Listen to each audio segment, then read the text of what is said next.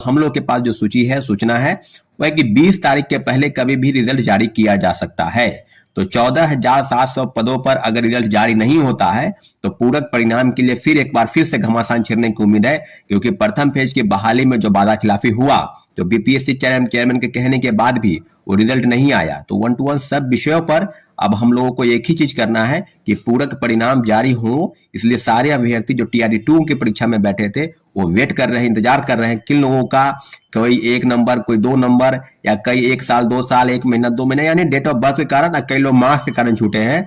तो मुझे लगता है कि पूरक परिणाम आने चाहिए, लेकिन उसमें से भी 6 to 8 और 9 10th में 6 to 8 जो क्लास है और 9 10 जो क्लास है उसमें ज्यादा पद रिक्त होंगे, तो सप्लीमेंट्री रिजल्ट ज्यादा इन्हीं सब वर्गों में आएगा। क्योंकि ऑब्वियस सी बात है कि 11 12 में जितने भी लोग का सिलेक्शन हुआ है वो निश्चित रूप से अपने पद को नहीं छोड़ेंगे। तो ये मल्टीपल रिजल्ट, यानी एक से ज्यादा पदों पर जो लोग नियुक्त हो गए हैं, हम लोग बार बार बात कहते थे, आपको याद होगा कि बीपीएससी चेयरमैन की तरफ से जो गलती हुई, जो शिक्षा विभाग की तरफ से गलती हुई प्रथम फेज में, उसी का नतीजा है। परंतु सेकेंड फेज में गड़बड़ी कम हुई है। अभी तक हम लोग के पास जो आंकड़ा आ रहा है, इसमें 2-3 गड़बड़ी की सूची जो है, सूचना जो है, वो हम लोग बीपीएससी को बता रहे हैं, शिक्षा विभाग को बता रहे हैं कि डोमिसाइल सर्टिफिकेट ये अवश्य जांच होनी चाहिए, क्योंकि कई लोगों के पास ऐसा प्रमाण है कि डोमिसाइल सर्टिफिकेट फर्जी बनाकर लोग बहाल हो गए हैं।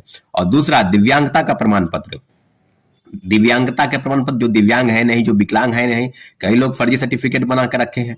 तो कई चीजों पर टीआरई 1 में शिक्षकों के संदर्भ में जो भी सूची आ रही है जिला से, औरंगाबाद से, नालंदा, पटना से लेकर दरभंगा, मधुबनी और सब जगह से लोग भाग रहे हैं। शिक्षक अभ्यर्थी नौकरी का ज्वाइन करने के बाद वो भाग रहे हैं।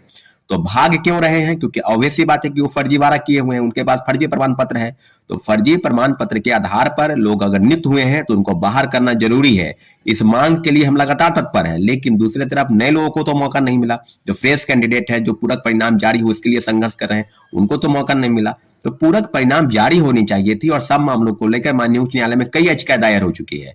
तो आने वाले समय में इस पर क्या होगा, आगे कोर्ट का फैसला क्या होगा, लेकिन इतना जरूर है कि हम लोग के पास पूरे सबूत है। सप्लीमेंट्री रिजल्ट किसे कहते हैं और वेटिंग लिस्ट किसे कहते हैं, इस बात के लिए जो बीपीएससी चेयरमैन है उन्हीं को डिफाइन करना होगा। हम लोग को जहां तक पता है और उनको जो पता है, वो दोनों के बीच में काफी भिन्नताएं हैं।